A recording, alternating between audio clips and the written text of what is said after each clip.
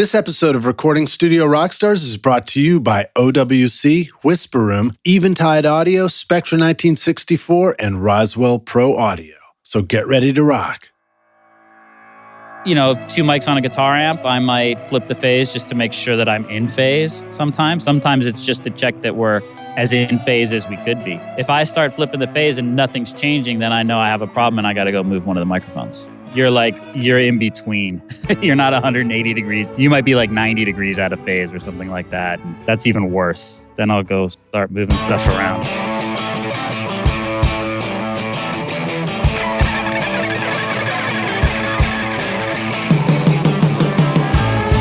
Welcome to Recording Studio Rockstars. I'm Lid Shaw, and this is the podcast created to help you become a rock star of the recording studio.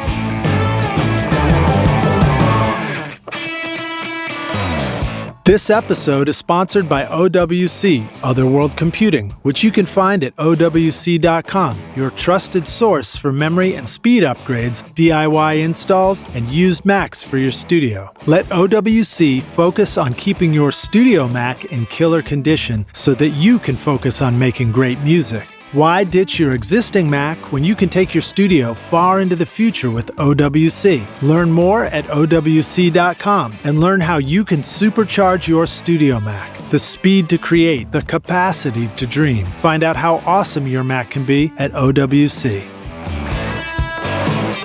The Spectra 1964 101 amplifier provides unequaled headroom, low noise, and a linear output, irrespective of transient audio peaks. In the studio, this means that critical details from your microphone get through to your DAW. The 101 was used by Tom Dowd, Muscle Shoals, Stack Studios, and The Record Plant on records by ZZ Top, Aerosmith, Bruce Springsteen, and John Lennon. Today, Spectra 1964 brings that same incredible sound to your studio with the STX 100 mic pre. Learn more at Spectra1964.com. What do Michael Brower, Joe Ciccarelli, Dave Pensato, and George Massenburg all have in common? They all have great things to say about Eventide. Originating in a New York City basement in 1971 with the original Instant Phaser and H910 harmonizer, Eventide continues to transform the sound of music with the iconic H9000 harmonizer, visionary guitar effects like the H9 pedal, and now a whole suite of incredible plugins for your studio. Go to eventide.com to learn more or click the link in the show notes below. If you're sick of bothering the neighbors when you are trying to record your music or ruining your recordings with outside noises, but you're not ready to spend a ton of money on permanent studio construction yet, then consider getting a Whisper Room ISO booth for your studio. Whisper Room offers the instant solution for a comfortable, quiet, ventilated, portable ISO booth with easy line of sight for recording vocals, guitar amps, or even drums. Get 10% off the 4x4 or 4x6 booth when you mention Recording Studio Rockstars. Go to whisperroom.com or click the link in the show notes below. Hey Rockstars, it's your host Lid Shaw, and welcome to Recording Studio Rockstars, bringing you into the studio to learn from recording professionals so that you can make your best record and be a rock star of the studio yourself. My guest today is Steve Genewick, 3-time Grammy-nominated recording engineer with over 25 years of experience, both as a studio and live recording engineer. Steve has worked primarily out of Capitol Studios in Los Angeles as a staff engineer since 1994. For the last 15 years, Steve has had the great honor of collaborating with 23-time Grammy Award-winning engineer-producer Al Schmitt, working with artists such as Diana Krall, Chris Botti, Gladys Knight, Neil Young, George Benson, Quincy Jones, Burt Bacharach, and Paul McCartney. When not at Capitol, Steve can be found working on any number of major recording studios in Los Angeles or mixing at his home studio. Steve also creates a great video channel for Capitol Studios called Top of the Tower and the One Mic, One Take series, which we have included, of course, in a YouTube playlist for you to go check out, Rockstars. That's just right in the show notes of this episode.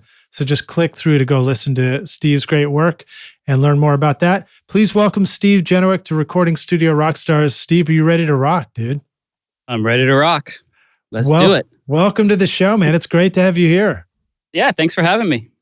I don't know that we've met in person. I don't think so, but it was great to connect with you recently. And I've certainly been hearing your name a lot, and I'm excited to have you on the show just to learn more about you. Yeah, I don't know that we've actually met, but we have a lot of mutual friends. I know that. Yeah. So we've been circling each other for a while, probably. Like sharks.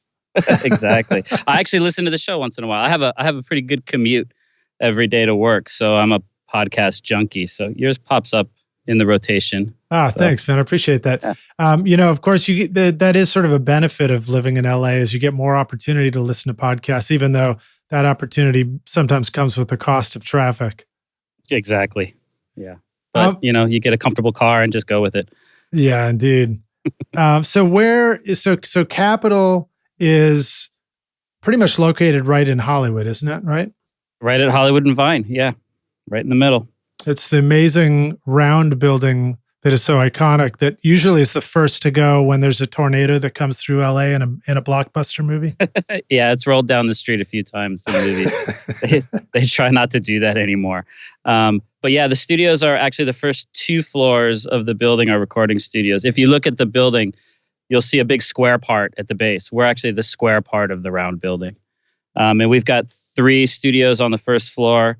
We've got 2 studios on the second floor, plus a bunch of mastering rooms. We have like 5 mastering rooms and production suites and stuff like that. So it's actually a pretty big facility for a small building.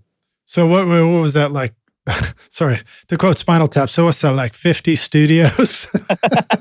We actually have Universal owns Capitol.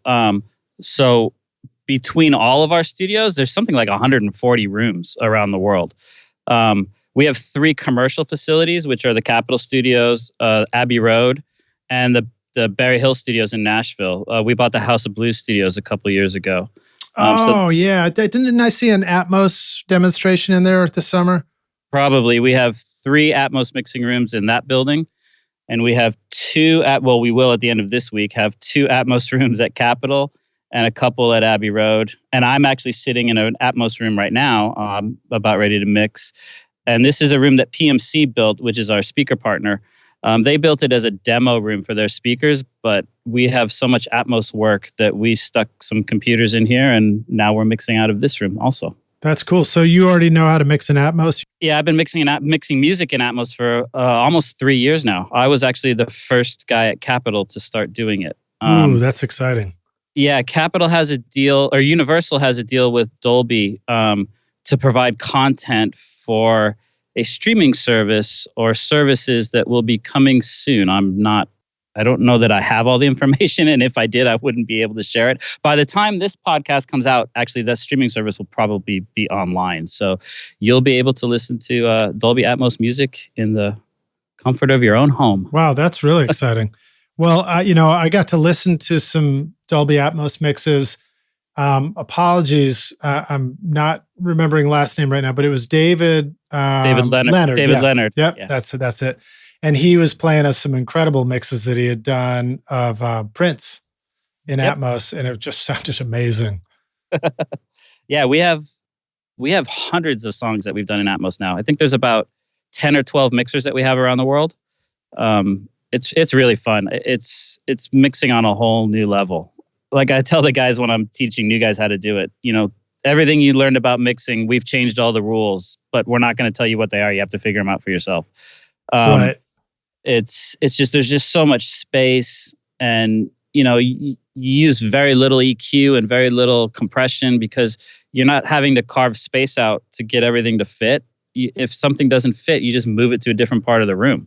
That's wild. I love it. It's really cool. Like I make the analogy, as mixers, we've always been trying to get the proverbial, 10 pounds of shit into a 5-pound bag. Yeah. Well, now we have a 20-pound bag. So you just move stuff around the room. It's great. So your acoustic guitars can stay nice and big and full, and it's almost like it allows you to start mixing in solo now. Kind of, yeah.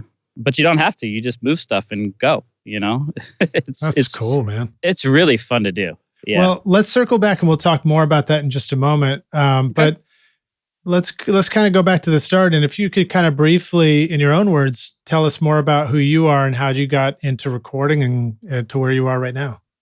So when I was in high school, I wasn't really a musician. I picked up the guitar in high school, and I had friends that were in bands and stuff. But I was never really good enough to be in the band, but I liked hanging out. And the idea of pushing road cases and being a roadie and stuff like that didn't appeal to me. And, I saw the guy in the club standing in the back of the room in front of a console and thought, I can do that. He's just pushing buttons. Mm-hmm. So I started to poke my head into it, and really it grabbed me. And I ended up not digging college, so I dropped out of that after a year, and I kind of knew what I wanted to do. And I found at the time, this is early 90s, very early 90s. So recording schools were not a thing then. There were a couple, and I found one here in LA. It was a 2-year program, and I enrolled in it.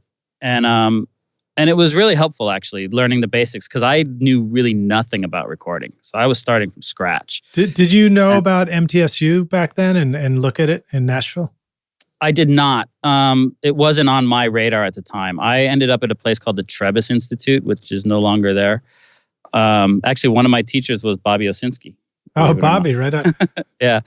And that was here in LA. And I figured, there were so many studios in LA. I figured I didn't have to leave LA. I was already in the middle of the business. I just had to figure out, where exactly it was. And so I enrolled in the school, and I was doing pretty well, and it was helping.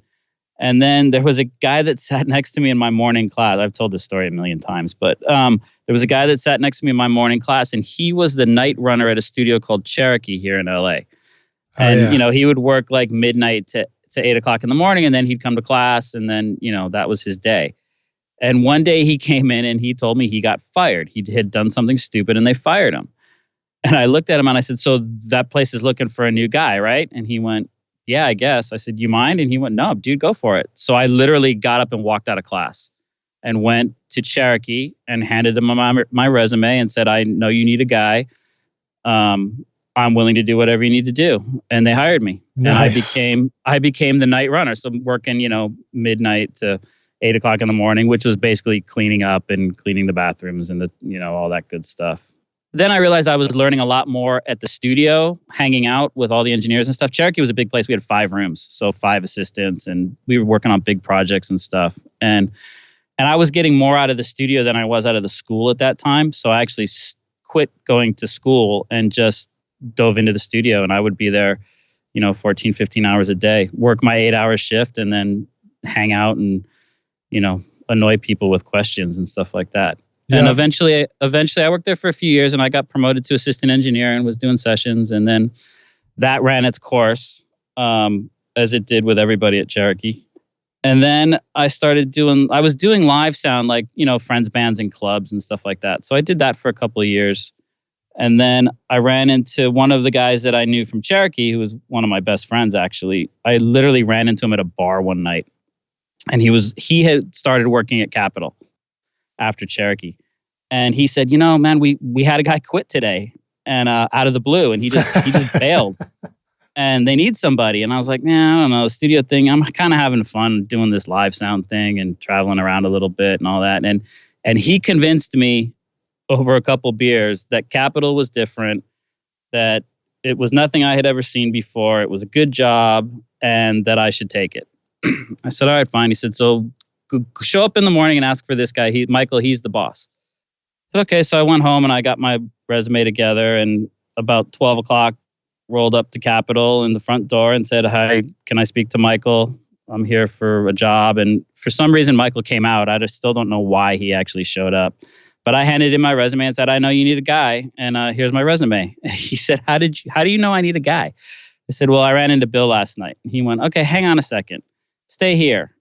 And about 3 minutes later, he came back up and he said, well, when can you start? And I said, well, when do you need me to start? And he said, 4 o'clock. I said, okay, great.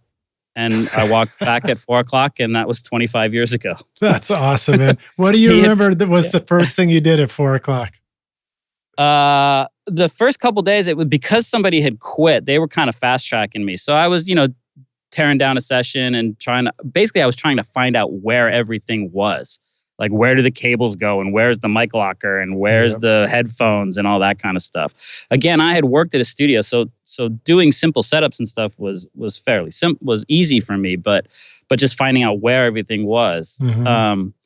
And then a couple days into it, then we had a big orchestral setup to do, and I had never done anything like that. So that was where I really started to learn that Capitol was different from other studios, and that we were going to be doing lots of different kind of stuff. And that's continued to this day. That's where I learned how to record an orchestra and a big band and a jazz trio, and the amount of variety that we run into at Capitol is kind of astonishing, actually. So that's pretty cool. And I know you've gone on to do lots of big sessions. In fact, you even have something called The Art of Recording a Big Band. Do you want to talk about that a little bit right now while we're on that topic? Sure. So that was a thing. As you said in the intro, I've been working with Al Schmitt for it's almost 20 years now. And at one, we do a lot of seminars and teaching classes and stuff like that. But we're always going somewhere else to do those. And we felt like we wanted to do a seminar where we could bring people into our environment and show them exactly what we do with the tools we have and all that kind of stuff. So we actually just decided to do a weekend seminar at Capitol. And Al and I just did it on our own. We ended up bringing in some partners to help us. We were going to do a weekend. We got a big band. A friend of ours, Chris Walden, has a big band, and we said, "Look, we'll hire the studio and do all that stuff. You get the band, and we'll give you the record at the end of it." So it was just supposed to be a seminar for like 20 people, which we had. Actually, the very first person that signed up was Andrew Sheps. And when he signed up, I called him and I said, "Andrew, you're a friend. You can just come if you want." He said, No. I'm paying my money because I want to sit in the front and I want to ask all the questions and I want to be that annoying guy because I need this information. I said, all right, fine. So he paid the money and showed up. And if you watch the video, he sat right in the front and he was all over it. That's great.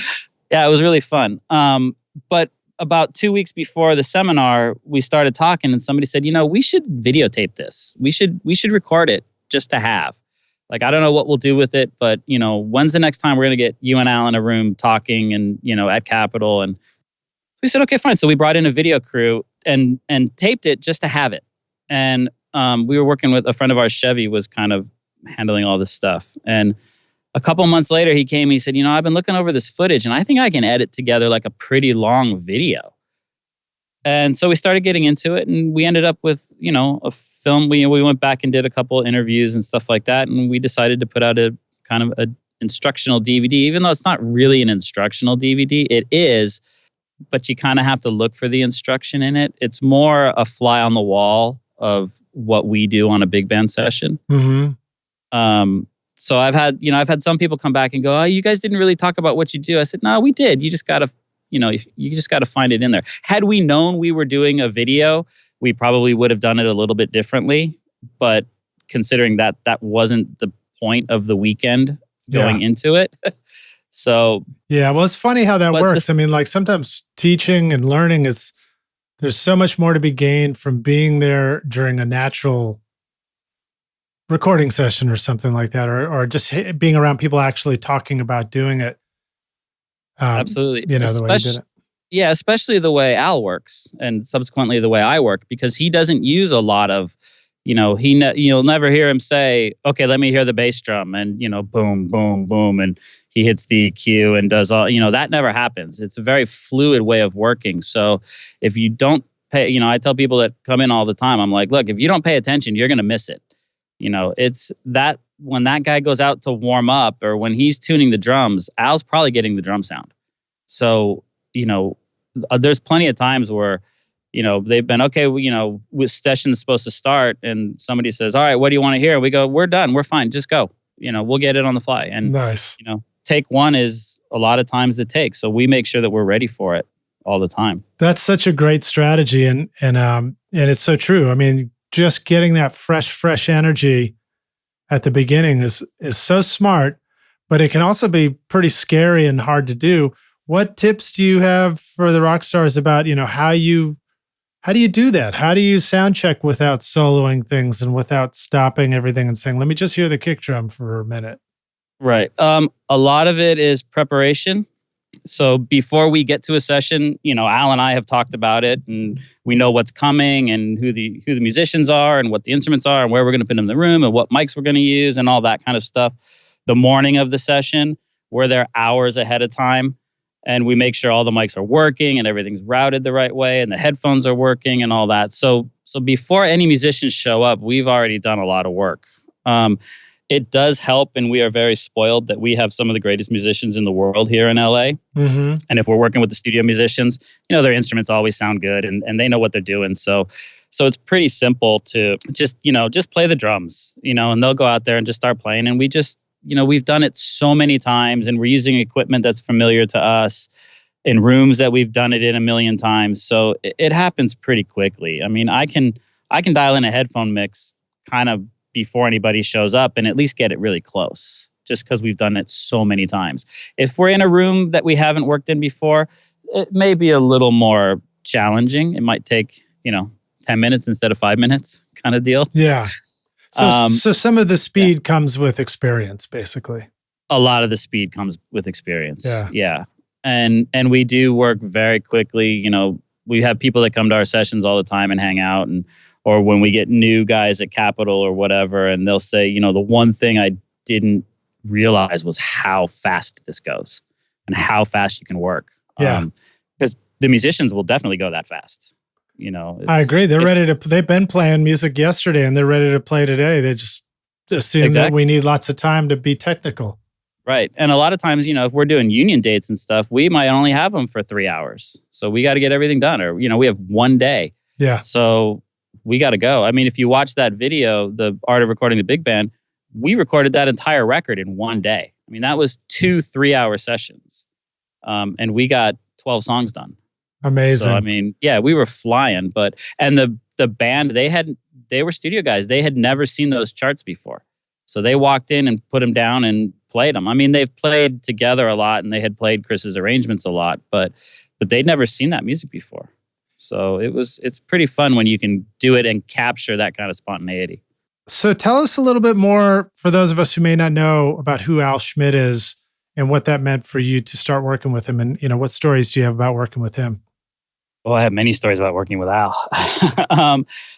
If you don't know who Al Schmitt is, you probably are not listening to this podcast anyways. I think we all know who Al's been around forever. He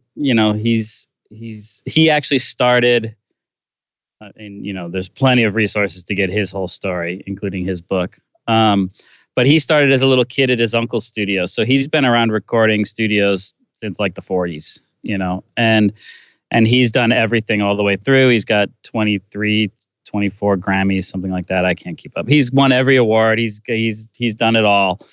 And at the time that I started at Capitol, I wasn't actually that familiar with Al. I mean, I knew who he was, but I just wasn't listening to that kind of stuff.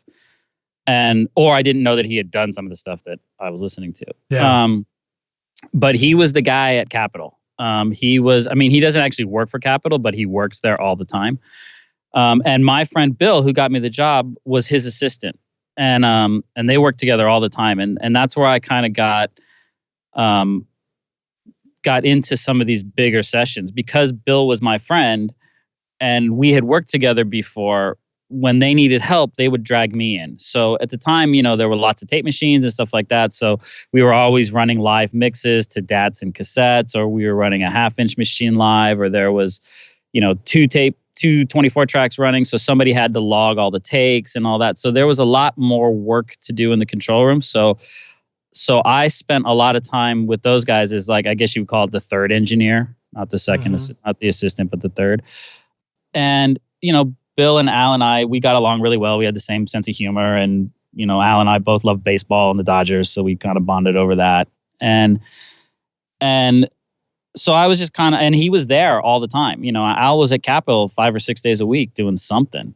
And it came time for Bill to move on with his career. And, he was, he had some records to do on his own, and somebody needed to work with Al. So I just kind of slid in. So it was literally almost like Bill was there on Friday and then I showed up on Monday, and we just kept going.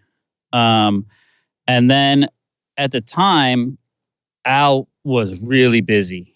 Like I said, he was at Capitol probably 6 days a week, and that continued. So when I started working with Al as his full-time assistant, I mean, even though I was still on staff at Capitol, I was basically working for Al. Right, totally. And yeah, because he was there every day. I wasn't doing that much other stuff other than the projects with him. And also right around that time is when, about a year later is when Pro Tools rolled around and the HD systems came out and it finally sounded good and he was willing to use it. So the job of Al's assistant changed a little bit at that point because I also became the Pro Tools operator. Yep.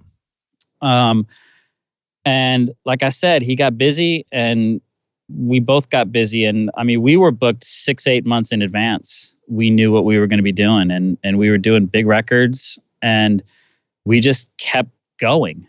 And, you know, I kind of looked up about 15 years later and realized we had done all this stuff.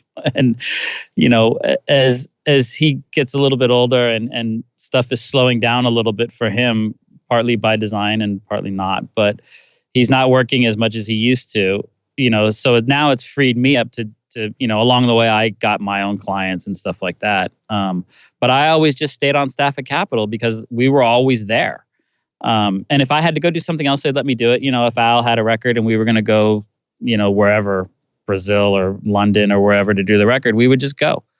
And Capitol was great with that. So, and they still are. They've always been good. Now, you mentioned Capitol having up to like 140 rooms around the world or something like that. So was that part of what you guys would do, is just travel to these other places and just work out of Capitol studios? Not necessarily. You know, Capitol functions as an independent studio. So anybody can go there and we treat it that way. So when we would go to other places, it was, you know, we were going to whatever room was appropriate for what we were doing, whether it was Abbey Road or a lot of times we were going out and doing like live recordings, you know, live Diana Krall DVDs, Chris Botti DVDs, stuff like that. So we would work wherever we had to work. If we had an orchestra that was too big for Capitol, we might have to go to one of the scoring stages in town and do that. So, you know, we just worked wherever we had to go to get the job done. You know, the 140 rooms for Universal, most of those are like small, you know, label writing rooms and stuff like that. It sounds like a big number. Right. I did a mic shootout for my vocals in the studio and tried 20 different microphones from the Shure SM7 to a vintage Neumann U67, but was impressed that my favorite of all was the Roswell Pro Audio Delphos 2 large diaphragm condenser. Handcrafted in California, Roswell Mics brings you inspired design and attention to detail to help you capture a gorgeous vintage sound without the vintage price tag. Check out their beautiful microphones, including the Mini K47 for only $349 at RoswellProAudio.com. Well, so talk a little bit about what it means to record a big band or an orchestra. I mean, what are some of the things that you might set up for a session like that? Again, you know, when you got big sessions like that, preparation is the key, and making sure that, you know, all the chairs and the headphones are set up beforehand and the mics are hung and they're in the right pattern and all the pads are on or off, and that everything's routed to the console and going into tape and coming out of tape. We check polarity on the mics on every single session to make sure that's all correct. How do you do some of those things? I mean, I picture a little bit those old school photos of Abbey Road where you see an engineer holding some, like, you know, Star Trek tricorder up to the microphone on a big stand. That's kind of exactly what it is. So yeah, when we check polarity, we have these little polarity checkers. I think Cricket makes one, and ours is a company called AB, and I don't think that one's available anymore. But it's two. They look like little, you know, stomp boxes, like guitar tuner type size boxes. And one has a microphone with a little click that it generates, and the other side has, or it's got, a speaker that generates a click, and the other side either has a line in or a microphone on it. And we hold the box up in front of the microphone and it clicks away. And in the control room, we have it hooked up to the console, and I see a little green light if the polarity is correct. And if it's wrong, then we figure out why it's wrong. So you are making a clicking sound in front of the microphone, and then what are you doing in the control room? What does the other end of the box do? The other end of the box is actually plugged in through the patch bay. The Neve consoles we have at Capitol have a mono output. So I just patch literally directly into the box, into the little clicker box. I see. And it gives me a green light for for correct polarity. I'd say in phase, but phase is not the right term. It's polarity. We're not checking phase. We're checking polarity. Right. So that we make sure that all the mics are at least start out moving. The cones are moving the right direction. Is there a way for us to think of that? For example, do we think about it like this? If a sound is in the live room and it's coming away from the sound source, like the boom of a drum or something, and it's rushing towards that mic, should we understand it that like ultimately that should translate to the speaker in the control room moving out towards us at that same moment? Yes, okay. Basically. So you want to make it so that, yes, so a positive energy at the microphone turns into positive energy at the speaker. Right. So meaning moving forward, for instance, the speaker moving forward. Right. Same thing. If the head of that drum was moving forward towards us, now we want the speaker to do the same thing. Exactly. And I guess we want all the mics doing it in the same direction. Right. Exactly. So that if you have two mics on a source or across the room or something, one of them isn't moving positive while the other is moving negative, then you run into phase problems. Okay. So we at least start with all the mics in the correct polarity. Now, when you get into phase, that's time and frequency and stuff like that. So that's a different thing, and that you just do by ear. But at least we're starting correct, so to speak. Okay, that makes sense. We do that on every session, literally every single session, and you'd be amazed how many times. It could be something as dumb as you find a broken mic cable or a mic cable that's wired backwards, or sometimes we get a microphone from a new mic, and we'll find out that it's pin 2 hot instead of pin 3 hot, something like that. Somebody brings in a mic preamp that's wired backwards. And it's not necessarily that it's wrong, it's just wrong for the application we're using it in. It's wrong compared to everything else in the room. Mm-hmm. So we'll correct for it. Would this apply to recording a rock band in a studio? Absolutely. Yeah. Process is the same. So at least the setup process is the same. So just help us. This is really fascinating, and like trying to imagine how we might want to do something like this in a home studio. If we had like the drums mic'd up, we would take this clicker thing and we'd just sort of go in front of each mic, or you just set it on the snare drum and each mic would just hear it already, or do you have to sort of get up close to the mic? Yeah, we get up close and put it right in front of the microphone. And then you just start with all your drum mics all being in matched polarity. How often do you feel like you would decide that you like the sound of that in the control room? Do you sometimes want to flip the polarity on some of those mics, or is flipping usually the act of trying to get them to be all matched anyway? Once like if you're talking about a drum kit, once the guy starts playing, then I'll start flipping polarity for sonic reasons. Right.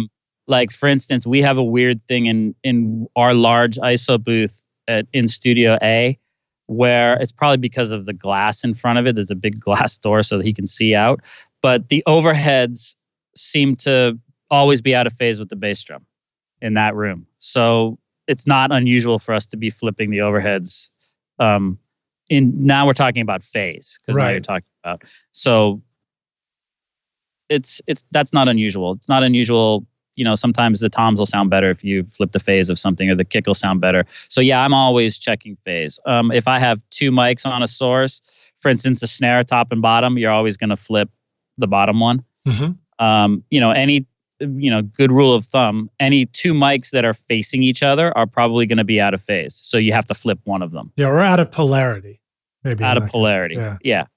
But two mics on a guitar amp, I might flip the phase just to make sure that I'm in phase sometimes. Sometimes it's just to check that we're as in phase as we could be. Yeah. And then if I start flipping the phase and nothing's changing, then I know I have a problem and I got to go move one of the microphones. Interesting. All right. That's a great tip right there. So if you try to flip the polarity and nothing's changing between the sound, then that means you're out of phase for both versions and you got a problem. Yeah. Then you're in between. You're not 180 degrees. You might be like 90 degrees out of phase or something like that. And that's even worse. Then I'll go start moving stuff around. Now, what about between close mics on the drums and the room mics? Can you can you glean that same kind of information by flipping there? And if you're not hearing it, if the bass, I guess, if the low end isn't clearly bigger on one of the two, then you might say to yourself, you know what, I should move those room mics. Yep, absolutely. Yeah, I'll go again, flipping the phase.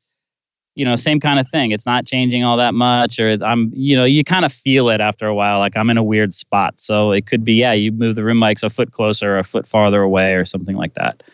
The other thing, especially with drum mics, and this is one of the common things I see when they come in, is that people will reverse the drum mic, like the room mics will be reversed from the the close mics, because they're looking at it the wrong way. Yeah. To get on my soapbox, one of my pet peeves is labeling stuff left and right. Oh, you're preaching to the choir. We love it, man. Keep going. Yeah, unless it's a synthesizer, left and right means nothing to me, because when I turn around, it's reversed everything. So I always tell, and I do it, and I tell people label, overhead hat, overhead floor, room hat, room floor, meaning floor tom, or whatever that looks like. If you're dealing with an orchestra or a big band, everything is from the conductor's perspective.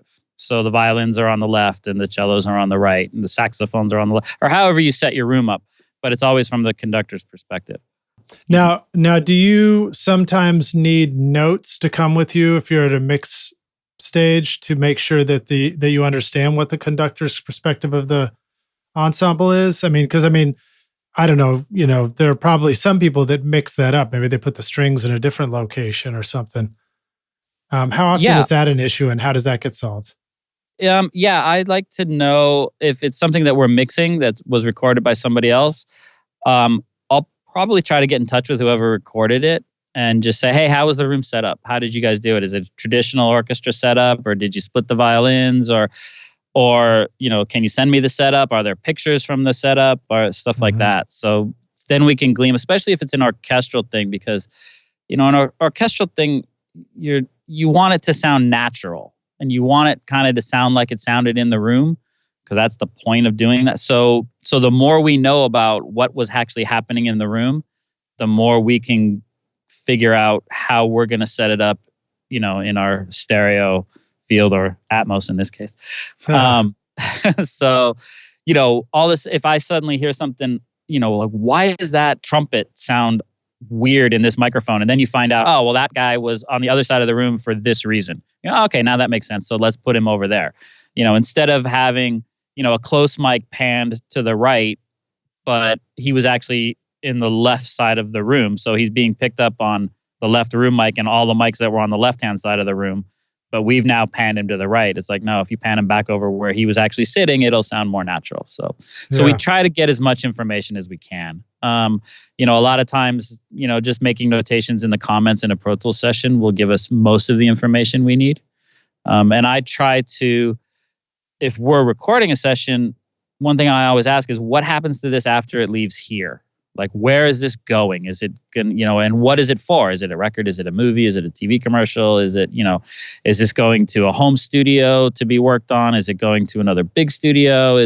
So that I can make sure that when it leaves my hands, that the next guy has all the information he needs also. Sometimes we'll do stuff and we'll do a big band, and the producer will go, oh, well, I'm going to do vocals at my house later. Okay, fine. And we give it to him, and 9 times out of 10, I get the call or the email the next day and go, how did you guys have this panned? So then I'll go through and pan it for him and send a session back or something like that. But, but the more information we can get and the more information we can give, it just helps everybody. That's cool. I almost, this might be a kooky way to do it, but I wonder if you could actually, so you're probably sending off just a folder full of WAV files, and somebody's rebuilding the session, possibly? Usually in our world, everybody's kind of on Pro Tools. Yeah. That's kind of the de facto standard. So they're getting Pro Tools sessions. If there's stuff like, a vocal that we did, I might take pictures of the vocal chain, of the microphone and the preamp settings and stuff like that, and I might include photos in the files. Just put a folder. Photo's worth 1,000 Pro Tools comments. Isn't that what they say? Absolutely. Yeah.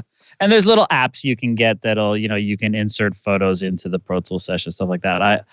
I I try to stay away from some of that stuff because I'm interfacing with a lot of other people. So, if I have some weird app that nobody else has, it's kind of useless to everybody else. Interesting. So, I haven't even heard about those, but it just occurs to me that you could probably shoot a little video of your setup and then just put that on the video track in Pro Tools as well. Absolutely, you could. Yeah. It's kind of like sometimes when we do movies or pre-records, they'll videotape the conductor, and that'll be part of the session, so that if anybody has to go back and overdub, they can actually see the conductor. Ooh, that's smart. I like that idea. Yeah, that's not an unusual thing to do. It's not an everyday thing, but it's certainly not, especially if we're not playing the clicks and stuff like that. If you have a choir that has to overdub to that orchestra and it's all out of time, then being able to see the conductor is priceless. Yeah, but that's kind of genius. I mean, a lot of times in the studio for recording rock music or pop stuff, the drums have potentially been edited before you're overdubbing to them. But if you could even just have a video of the drummer playing, and that was in the video while you play along to the rest of the overdubs on the track, how genius that would be to see the drummer the entire time you're doing overdubs on a song and even not need a click anymore. Yeah. I mean, depends on who the drummer is. I don't know if I want to look at a lot of those guys, but yeah, it depends on which cam angle we're talking about here. Is this the butt cam, or is this the exactly. And stuff like that used to be difficult, but now it's so simple. Yeah. Everybody's got a video camera. I know. It's just hard to keep track of things. That's the real hard part. Exactly. And when you start editing, then it gets weird because now you're editing your video too. Yeah, exactly. Well, very cool. Well, so let's talk a little bit about some of the mics that help a recording like that sound natural. Are you using things like Decatrees? Are you using stereo mics? Where do you get like the 90% or the 80% of your sound from? And then I want to drop in a specific question and see if you can talk about it too. One of the microphones that I'm really interested in right now and intrigued by is the Vanguard Audiolabs V44S, which is their stereo microphone. And I know that you've used that one and you've had some pretty good things to say about it. Yes, absolutely. So first, we'll go to the first part. When we're doing, the big orchestral stuff and big band and stuff, we're either using a Decatree for left, center, right, especially if it's a film or a TV project. If it's a record, we might just go with a stereo left and right. And those typically go over the conductor or over the leader of the band. Probably about 10 or 12 feet, about 10 feet up pretty much. And those are typically large diaphragm Omni Mics. We're big fans of the M50s, the Neumann M50s. The 149s are great. Sometimes we'll get some smaller Omni, small diaphragm condensers. The DPAs are great for that. The Sennheiser MKH 800s are great for that. But typically an Omni mic. And that's going to pick up the room. And that's a stereo pair of Omni mics? Either a stereo pair or a Decatree, a left, center, right. Okay, so if you did a stereo pair of Omni mics, what's the spacing that makes sense? So let's say, there are a lot of us that might get that opportunity. It's like, hey, can you come record the band, the school band performance or something, like a first-time opportunity to record something like that. And you're usually excited about it, but you're also nervous because you're like, oh man, I don't want to screw this up. Yeah. And so a lot of times we're looking for the very basics of like, here's a good starting point, take a couple Omni mics and do what with them? Yeah, I would start with them 5 or 6 feet apart from each other.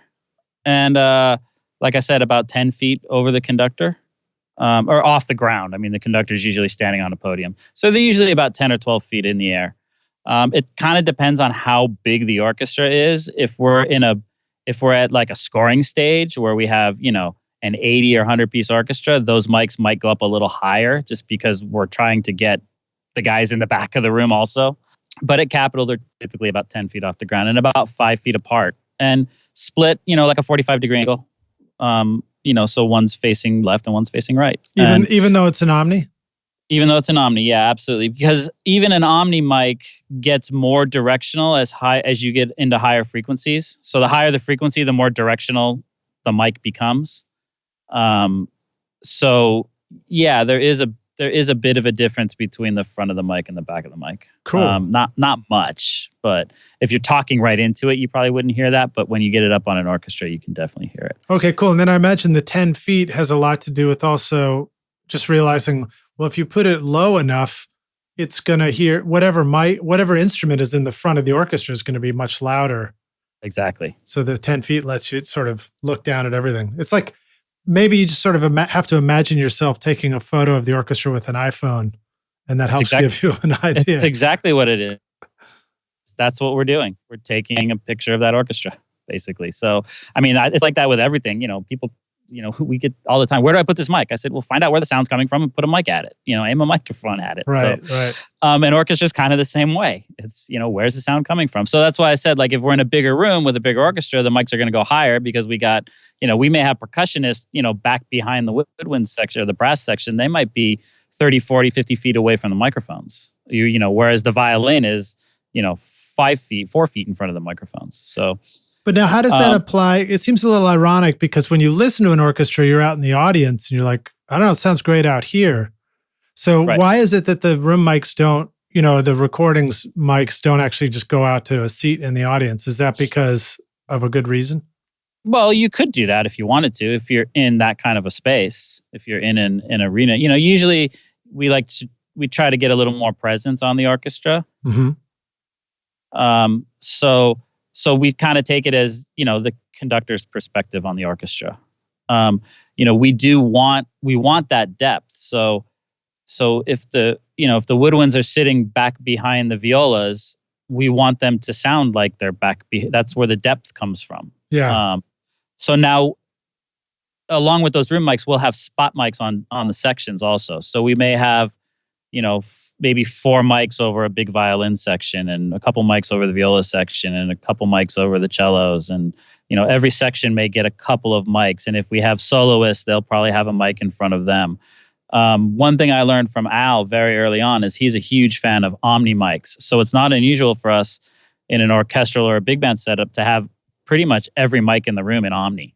And, we're not so worried about leakage and stuff. It's all one big family at that point. So, typically microphones sound a little bit better in Omni. It's kind of their natural state. Most microphones are made directional by doing something, whether it's a physical barrier at the back or there's phase shifting, with dual diaphragms, something like that. So having them in their natural Omni state, they actually sound a little bit better. So we go with it, and we're never going to control leakage to the point where we can get rid of something if everybody's in the same room recording.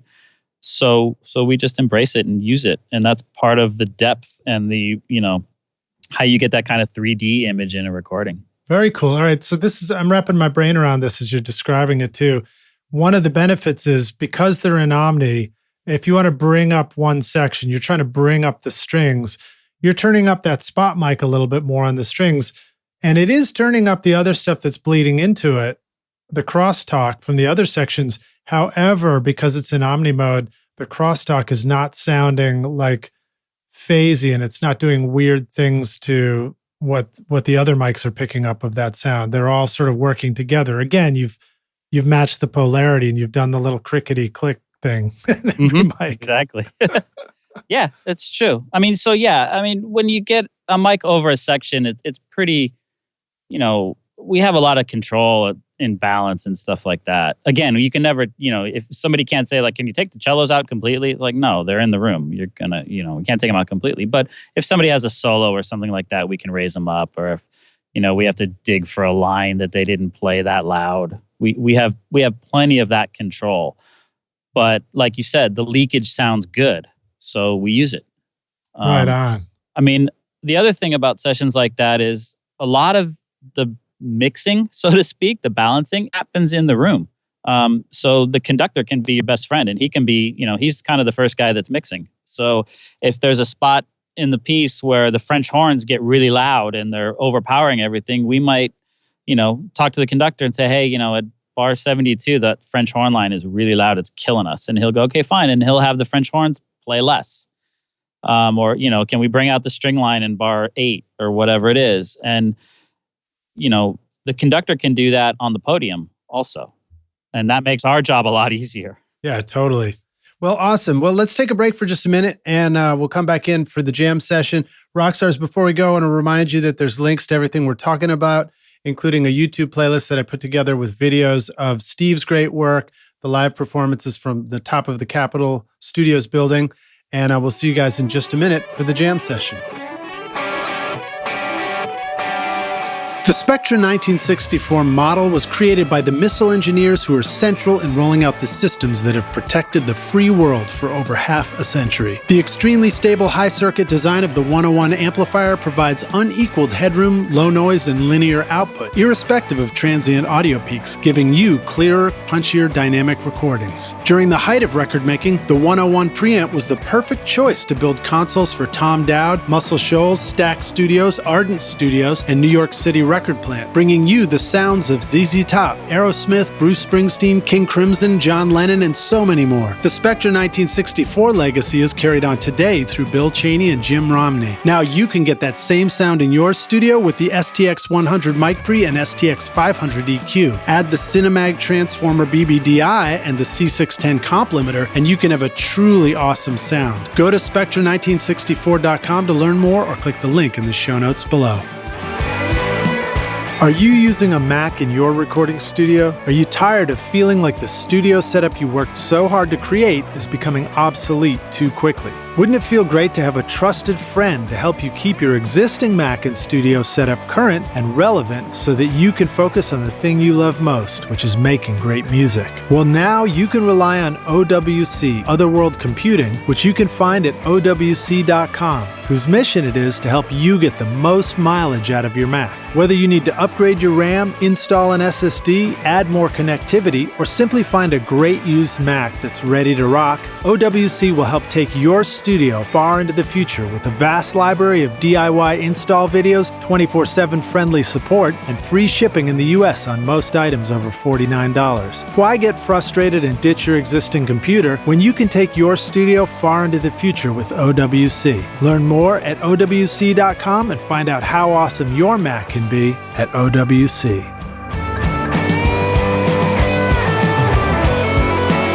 It was 1971 in a New York City basement when Eventide revolutionized the audio world by introducing the world's first studio effects processor, the Instant Phaser, and the first digital effect, the H910 Harmonizer. Eventide soon followed with the Instant Flanger, Omnipressor, SP2016 Reverb, and H949 and H3000 Harmonizers, which have been favorites of A-list mixers like Michael Brower, Joe Ciccarelli, Mick Guzowski, and Dave Pensato, and heard on countless hit records over the decades. Today, Eventide brings all that sound to your stage and studio with modern solutions like the H9000 Harmonizer, their complete line of guitar pedals, including the versatile H9 Max, and transformative plugins like Micropitch, Physion, Black Hole, and Mangled Reverb. Take your next mix in your studio to a whole new level.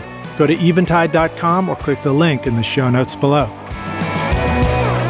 Are you sick of bothering family and neighbors when you're just trying to rehearse or record your music? Do outside noises or computer fans get into your studio mics and ruin your recordings? You could book a pro studio to record every time, but that would add up quickly, and doing permanent construction to soundproof your studio can easily cost up to $100,000 or more. Trust me, I know. And you can't take that with you when you eventually move the studio. Don't you wish there was an easy solution right now? Whisper ISO Booths offers a simple way to install a comfortable, quiet, ventilated ISO booth in your studio with easy line of sight for recording vocals, guitar amps, or even drums in a variety of sizes. For 30 years, Whisper has been solving studio isolation needs worldwide with ISO booths that are shippable, portable, and can be assembled in an afternoon. Now you can get pro vocal recordings right in your home studio, practice whenever you want, and start using real guitar amps again. Get 10% off the 4x4 or 4x6 booths when you mention Recording Studio Rockstars at whisperroom.com or click the link in the show notes below.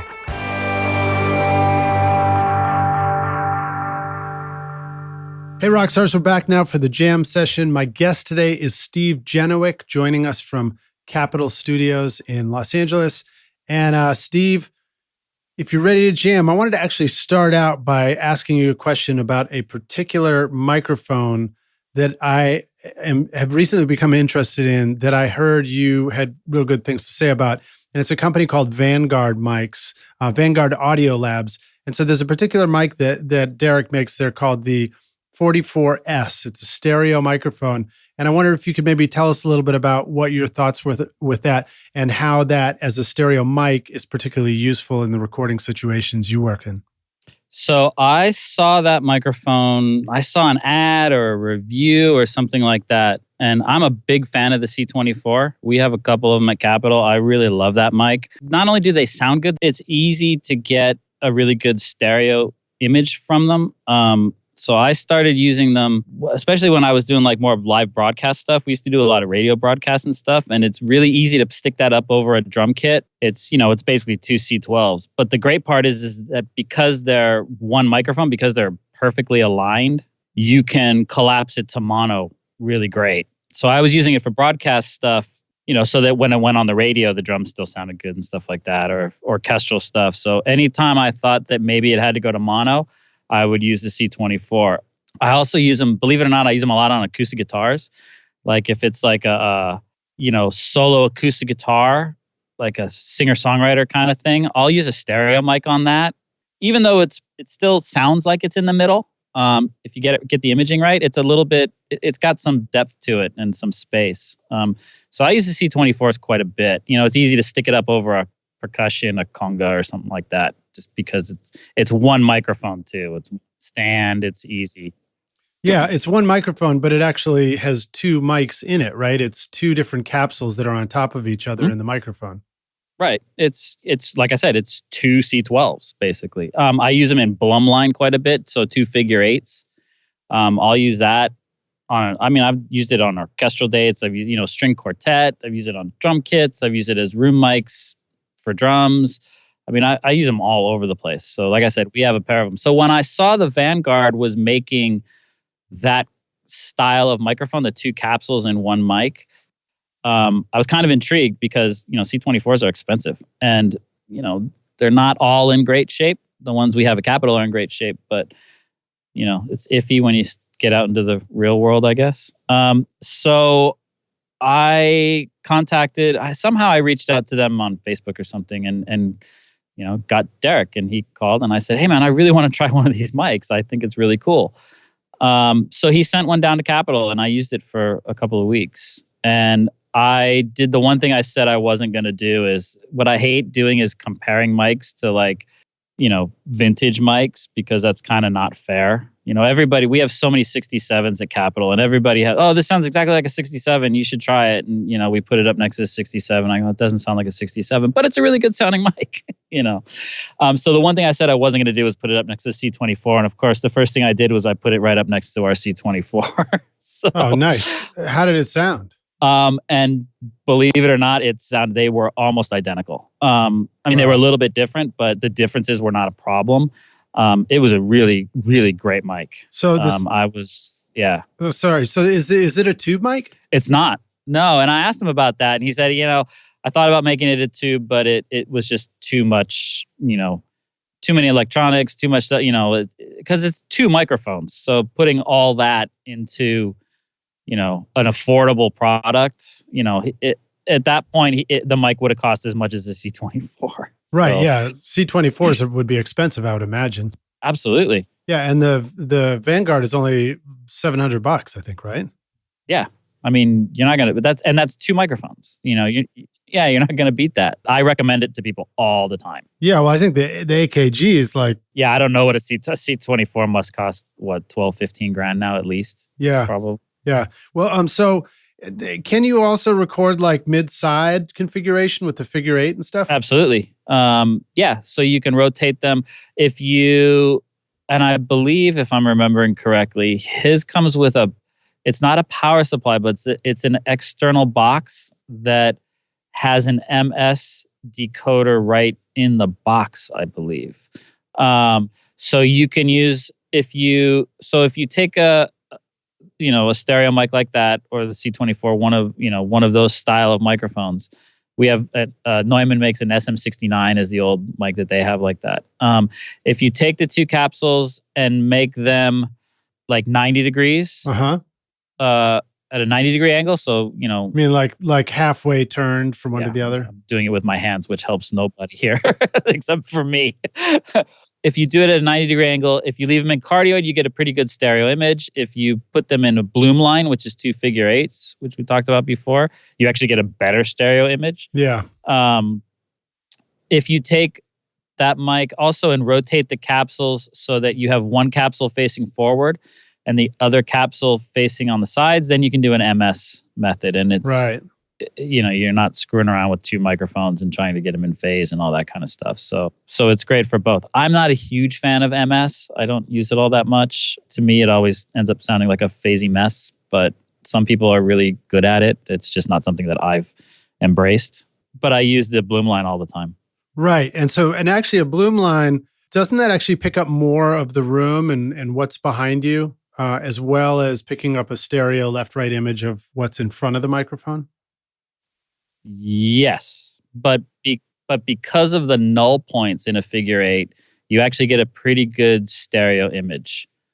So what's on the left stays on the left and what's on the right stays on the right. Yeah. Yeah. Well, but what happens I always wondered, like, what happens if you go behind the microphone? Do you start hearing the left and right image reversed sort of when you're listening back to it? Does that get confusing at all? Or is that like not really an issue? No. I mean, I guess if you walked behind the microphone, it would. Like if you had a source behind the mic, then that might get a little weird. Yeah. But normally what you're recording is in front of you, so it you don't run into those kind of problems. Yeah, that makes sense, I guess, right? Yeah, I guess if you did have if you had singers all around the microphone or something like that, then it might get weird. Yeah. I don't know. I try to stay away from that stuff. Nice. Well, so I know you can do 90 degrees, but you can't really go wider than that, right? So I always wondered if there was a way to get a wider stereo image.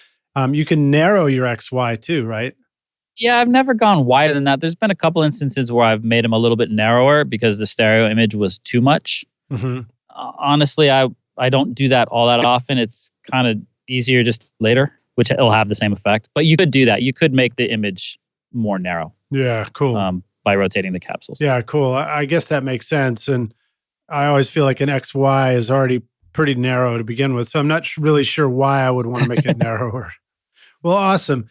Steve, tell us about the video series that you guys do from Capitol Studios. I think you have a couple of different shows going on with live performances that are super cool. Yeah, so there's 2 video series that we do at Capitol. One's called Top of the Tower, one's called One Mic, One Take. The Top of the Tower ones are fun. We actually put a band on the roof of the Capitol Records building. And have them perform up there. So we drag all their equipment up there and a little PA system and all that stuff. And nice. And we actually have fiber lines that run from the roof down to the studios. Actually, they run throughout the whole building, but the main ones go from the roof to the studios. And we have a RedNet system, a Focusrite RedNet system. So we have a rack of 32 mic preamps on the roof. Oh, cool. And we take a split from the stage, which is the band on the roof, and plug right directly into those mic preamps. And then it travels through the fiber lines down to the RedNet system that we roll into the studio. And I can control the mic pre's. So I sit down in one of the studios and I can control all the mic pre's from the computer screen. And I can capture it's usually not more than 32 channels, into a Pro Tools session. And we have a video team at Capitol that's great. And they're up there shooting it. And they have drones and all that kind of stuff. Oh, cool. And we do these live performances. Yeah, they're, that's awesome. They're not necessarily the first take of the song, but they're a complete take of the song. We don't edit between takes and stuff like that. Well, that's cool. I mean, one of the things that's really exciting about the whole concept of RedNet is that it can go super long distances, right? So have you found out how far could you actually have the control room away from the stage and still do that? Absolutely. And in theory, we haven't done it yet, but they told us in theory with the fiber lines we have, we can do that anywhere within 300 miles of the building. Wow. So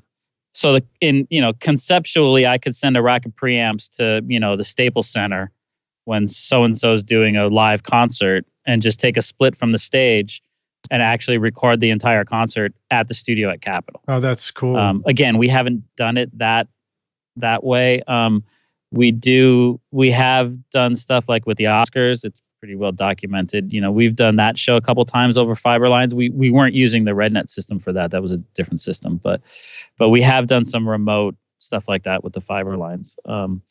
But yeah, it's really fun. I mean, I still get a charge out of doing live recordings and live broadcasts. And, some of those Top of the Towers, we actually streamed live. So even though you're looking at them on video now, they actually did go out live.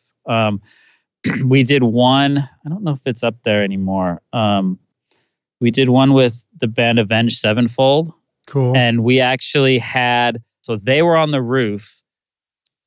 And we did a rehearsal the night before, and they shot it, and they actually did some like AI, some like augmented reality stuff that they added in live to the broadcast. Nice. So we did a live stream from the roof. The band was on the roof doing a live stream. There was an audience in the courtyard, like parking lot area of Capitol, listening over a PA, and we had a VIP area set up in the live room of Studio A, and they were all watching the broadcast live. It was really fun. Wow. So like a huge crowd of people, and then just like look to the top of the tower, and there's like helicopters flying around or something, and a band rocking out on top.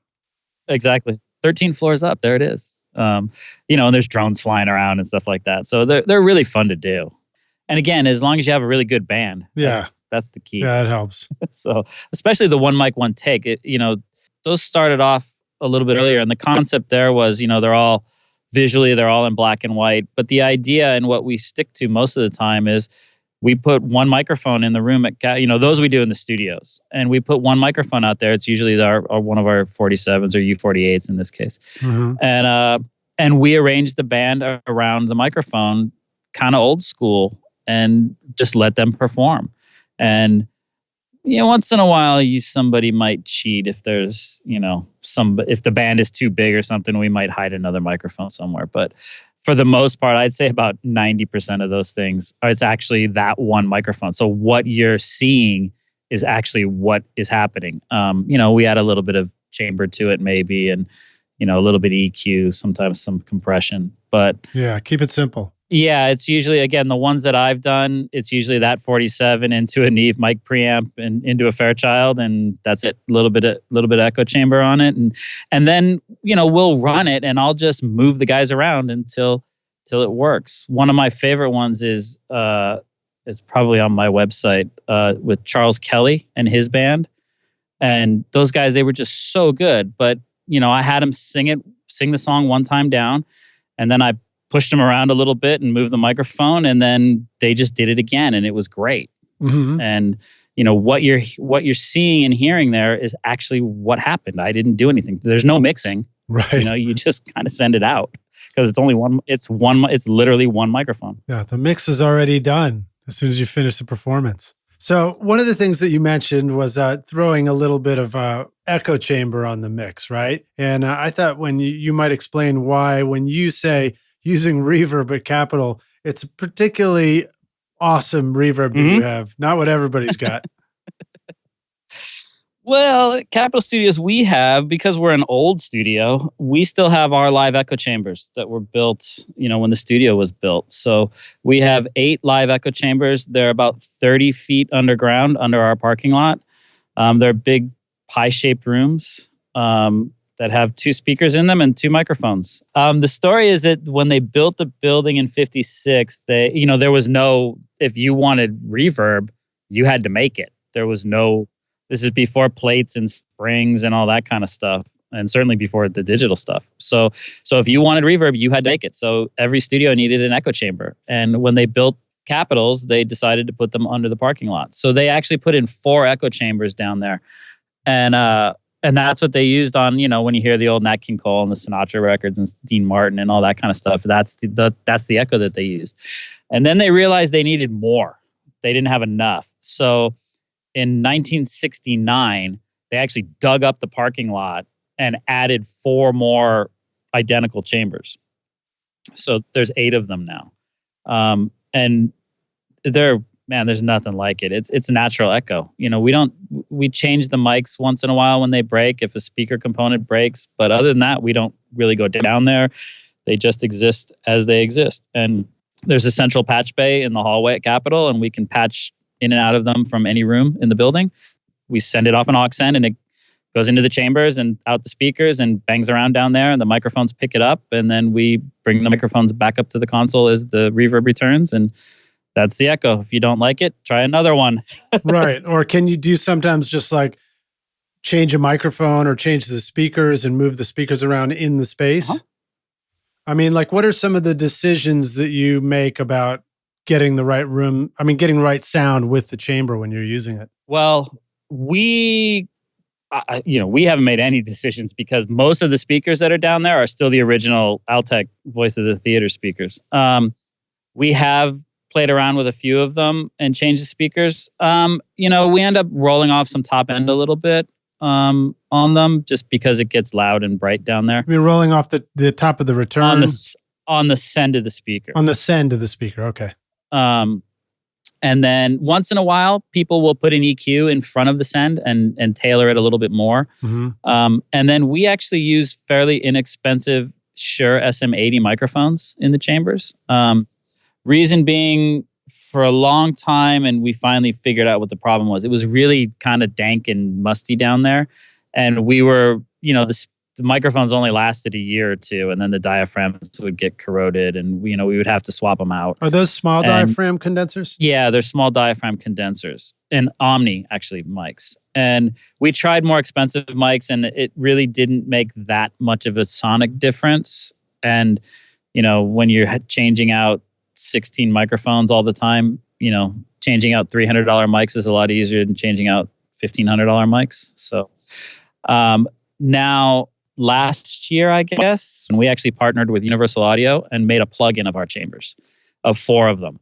And when we did that, we started.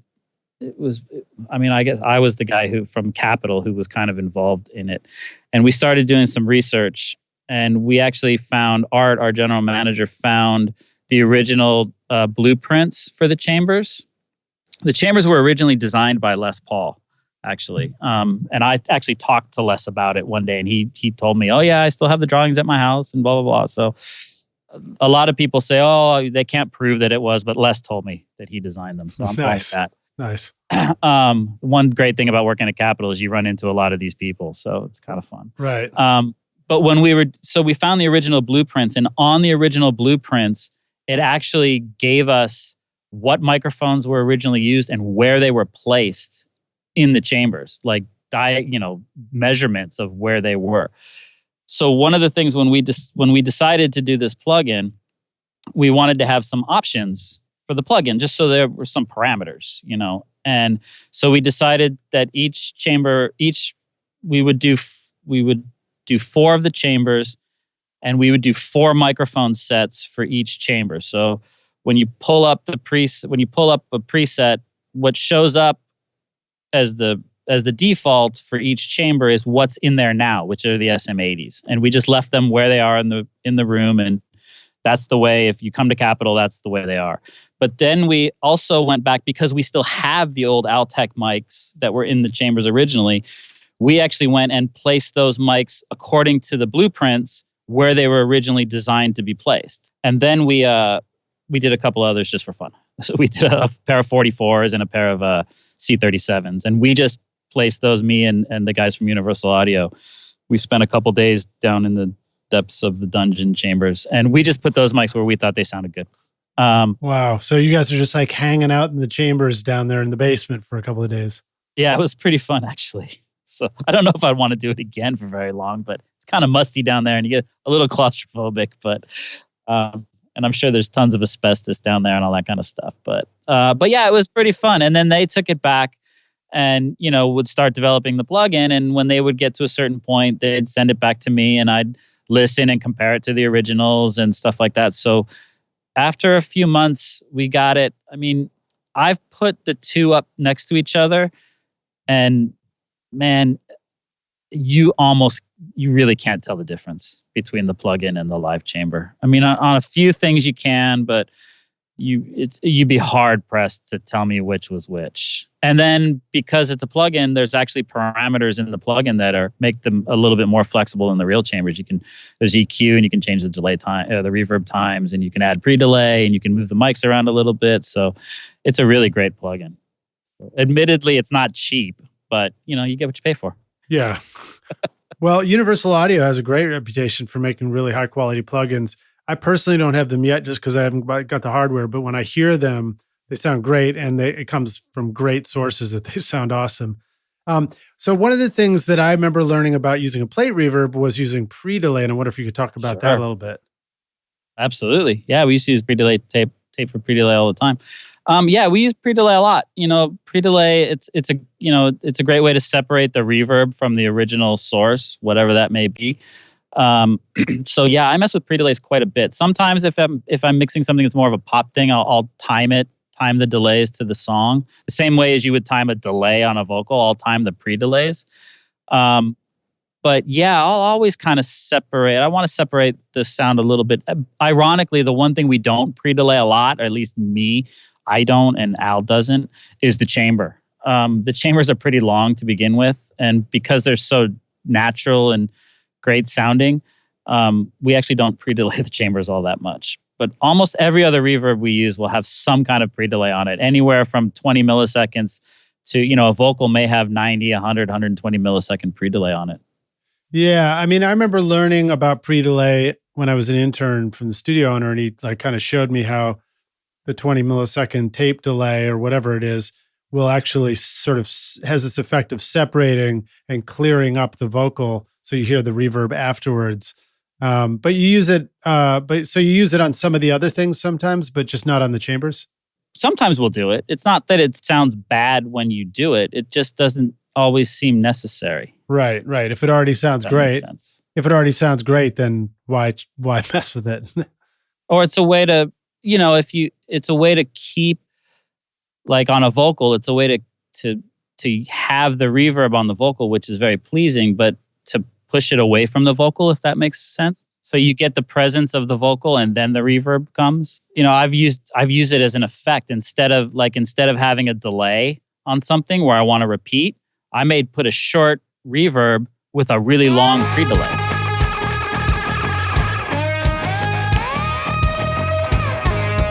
Want to record killer drums in your home studio? Then check out Rockstars of Drums to learn how to record, edit, and mix pro-sounding drums with a professional Nashville session drummer in a Grammy-winning studio. Or if you're ready to start mastering your own records at home, then check out Rockstars of Mastering, where I walk you through exactly how I mastered my own records skadoosh using nothing but plugins in PreSonus Studio One. And if mixing is your focus, then check out my free course Mixmaster Bundle, where I show you how to mix using stock and free plugins in Pro Tools. And the best part is these techniques would work for you in whichever DAW you're using right now. Plus, you get a look at how I recorded everything in my studio and multi-track downloads for you to practice mixing and even include in your mixing portfolio if you want. Are you ready to make your best record ever? Then go to Mixmaster Bundle to get started for free now, or look for the clickable link in the show notes of this episode.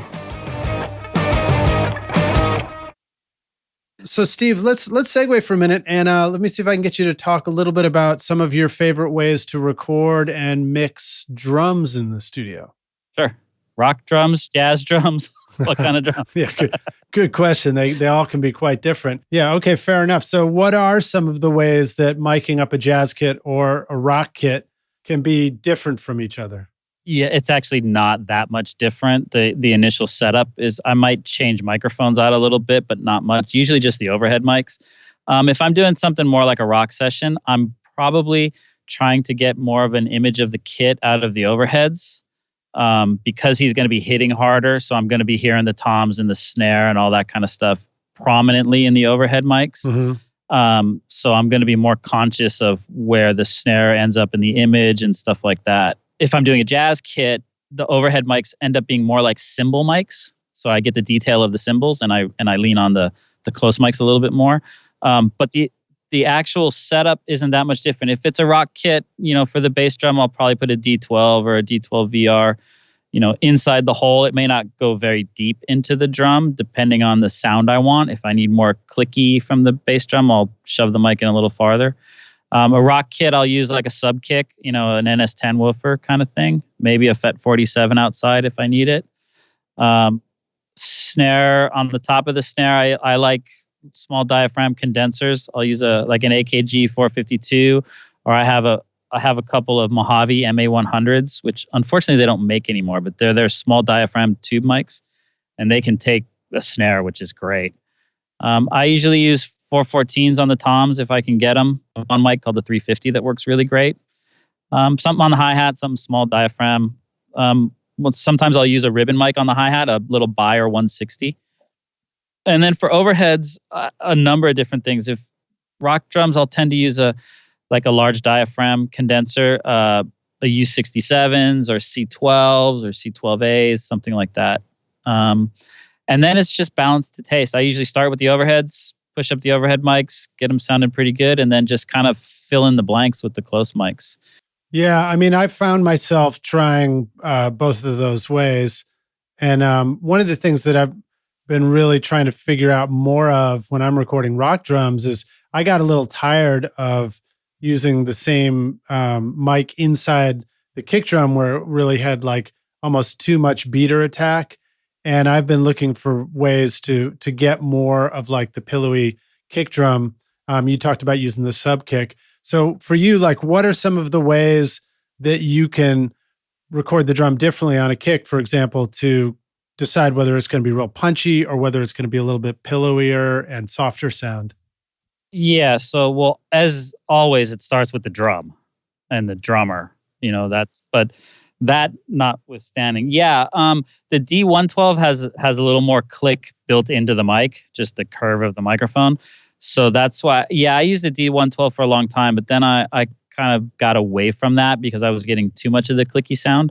So I went to the D12, and they're hard to find, but the D12 VR actually sounds very good. A tip about the D12 VR, if you engage the phantom power, it becomes active and there's some active filters on it. Don't use those. Just use it as a dynamic mic. Get it away from the beater. Sometimes, again, that mic may not be very far inside of the hole, if there's a hole. Maybe only half the mic might be in the hole. And then, again, I'll use the sub kick, so the little NS10 woofer trick. And I use that so I don't have to EQ, so I don't have to add bottom end to it. I just bring that up. I mean, you have to get the levels right. You'll need pads and stuff like that. I might filter that mic. I might, take the top end off, down to even 1K or below. And I'll use that instead of an EQ. And sometimes I'll even sum them to the same track, just record them as one kick drum. But yeah, it's moving that mic around. If you have an assistant or a friend or somebody, give them a set of earplugs and send them out there and, start moving that mic around and see where in the drum is the sweet spot for what you're looking for. If you're doing a faster tempo song, you might need more click on the kick drum to get it to pop out. If it's a slower ballady type thing, you can pull those mics back a little bit and get more of the tone of the drum. Add one outside. Sometimes you have to, put a mic on the outside and maybe cover the kick drum and the mic with a blanket, that kind of thing, or the old drum tunnel trick. Sometimes it's just another mic outside the kit. I might put a mic, a couple feet outside the kick. How about compression? How often do you use, and where and when do you use compression when you're recording the drum kit or when you're mixing it and find it useful to get a better drum sound? And then, with compression on drums, I actually don't compress drums all that much. But especially nowadays, there's that, that modern drum sound has it's kind of heavy compression. And I like to say, my theory is I might compress one or two mics pretty heavily to get that sound, but not everything. I might have, like I said, a mic outside the kit a couple feet, and I'll hit that one pretty hard, or a mic directly over the top, like a mono overhead, and I'll squash the piss out of that sound, but still have the open drums to deal with. Or sometimes a little bit of parallel compression. I don't use a ton of parallel compression, but for that kind of effect, I will. Now, do you ever use the trick where you're like taking a mic and you put it right in between the kick and the snare and compress that? Yeah, I'll put it right in between them usually. And kind of get it as low as I can without getting in the drummer's way. And sometimes that's, I've done it with a 57. It works great. Sometimes a ribbon mic, a Royer, or an old RCA 77, something like that. A buyer makes some pretty good ribbon mics that are good for that. And then I might take a little bit more time and tailor a little bit, depending on what compressors I have available to me, a Fairchild or 1176, something like that, and kind of mess with the attack and the release to get the pop that I'm looking for, but, also the sustain out of it. And then you got to just kind of remind the drummer not to to smash your microphone that you've put down there right near where he's playing, right? When he's doing drum fills. Yeah, exactly. Don't hit my mic. Yeah. Tell him you break it, you buy it. That's the rule. Right. Well, I mean, we're joking, of course, but obviously the real goal is to just not get in the way. Exactly. And that's one thing, it goes back to, something I learned from Al, is stay out of the way. You got to make those musicians comfortable. So, if you have a flailing drummer who's all arms and is really tall, guess what? You're not going to get mics that close to him. Yeah, just put them where they got to go, right? Yeah, put them wherever you have to make sure that he can still do what he's got to do. It doesn't matter how good the drum sound is. If the drummer can't play, it's a shitty drum sound. Right. No doubt. Well, awesome. Let's jump over to bass. What are some things that you like to do on every session for recording bass and getting a great bass sound, whether it's upright or electric bass? Yeah, electric bass, pretty easy. I have a good tube DI is always helpful. If they have an amp, I'll stick a mic in front of the amp, a 47 FET. I like large diaphragm condensers for that. And then I'll blend the two, make sure they're in phase. That's where, I'll check polarity on that kind of stuff and check phase. I'll actually flip the phase and make sure that they're in phase. Right. Lining up the DI with the mic. Exactly. And that's a spot where a lot of times you'll get some wonkiness. But you may have to move the mic around a little bit to get it to really, and that's where I like when you flip the phase, if you can get all the bottom end to go away, you're in that your phase is really solid. So. Right. Do you also do time delays between the DI and the microphone to try and line stuff up when you're tracking and get them in phase that way? Is that part of the process? I try to avoid it as much as I can. If that happens, it usually happens in the mixing stage. If something is very out time wise, but I'll try to get it at the recording. Yeah, I'll move the mic around to see, it's really fun. Now with Pro Tools, you can zoom in and look at the waveforms, so you can see which one is out. Right. And it's usually the amp, the mic is later than the DI. It usually is. Yeah. It's usually late compared to the DI. Yeah. But I probably won't address that in the recording stage. I would probably address that in the mixing stage. Right. Yeah. Because it makes more sense. If you can get it right at the tracking, just get it to sound right in that. Exactly. And again, always the best thing is to hire a great bass player who has good sounding instruments. Right. Totally. That's, I always say, how do you get a great bass sound? You hire Lee Sklar, who's one of the best bass players around. So if you don't know who he is, look him up. Yeah. And then now acoustic bass is a totally different thing. Acoustic bass, that's, again, I learned from the best, which is Al. So at this stage of the game, both of us do kind of the same thing because I learned it from him. We use a pair of M149s, and one of the mics goes down. So if you're looking at the bass and the bass player, it would go to the right side in front of the F hole on the bass on the right side. And then the second mic would go to the left side of the bass player and kind of up where the neck and the bass meet. So you get some of the finger sound out of that. And then, you set the gain on those two mics so they're kind of equal. And then we use them in mono. It's not a stereo thing. So they'll both come up the middle. But that mic in that position gives us a pretty great bass sound. M149s I know are really expensive, but there's, two large diaphragm condensers. Yeah, the 149s are great because they have a really great top end. One thing about bass that a lot of people think of bass as low end, and it is, but there's an awful lot of information in the top end of a bass. So don't forget about it.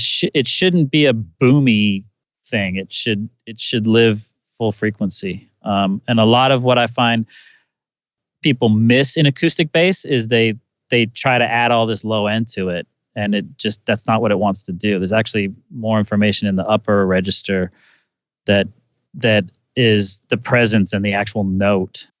So it's almost a little bit backwards the way you talked about it, where it's like the mic that's down getting the lows is actually closer to the high strings on the bass, and the mic that's getting the highs is closer to the low strings on the bass, but it all balances out somehow.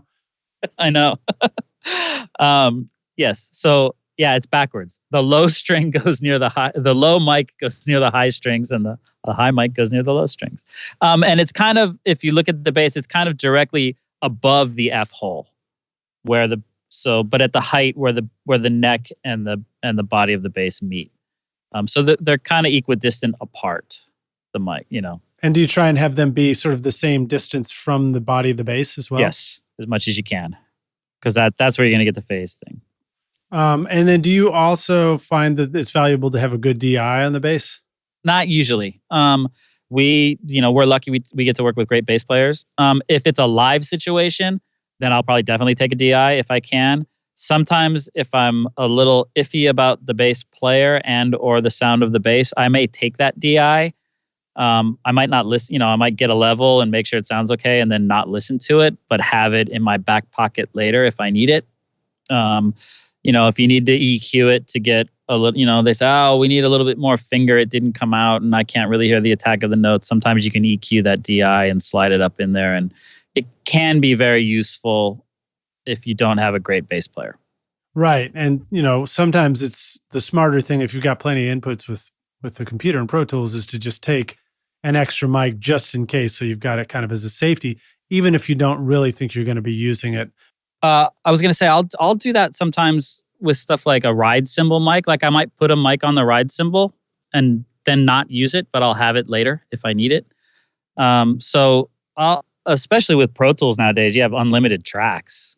Sometimes I'll throw extra mics up just in case, but with no intention of using them unless I have a problem.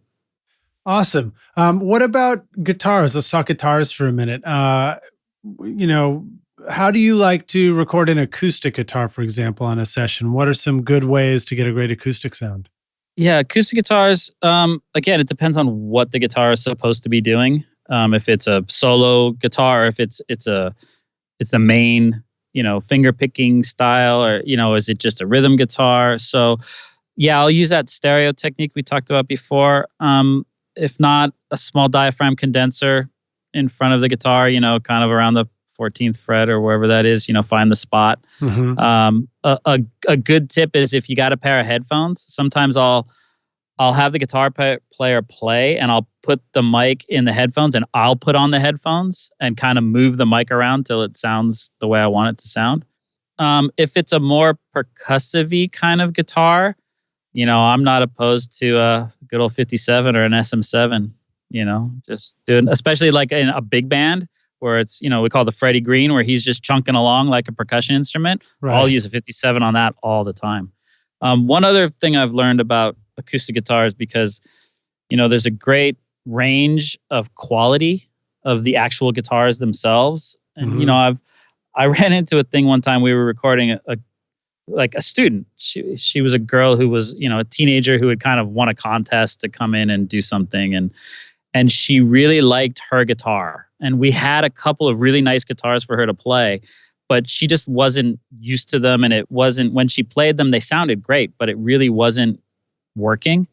So we let her play her guitar, which didn't sound that great.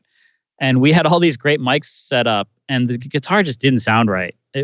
She was playing better, but the guitar didn't sound right. And I changed, I had a 67 and a C12 and a 451. And I went through like 3 or 4 mics and finally I ran out there and I put a 57 on it and it sounded great. Nice. And I came to the conclusion, if you have a really crappy sounding instrument and you put a really great mic on it, you have a really great recording of a crappy sounding instrument. Yeah.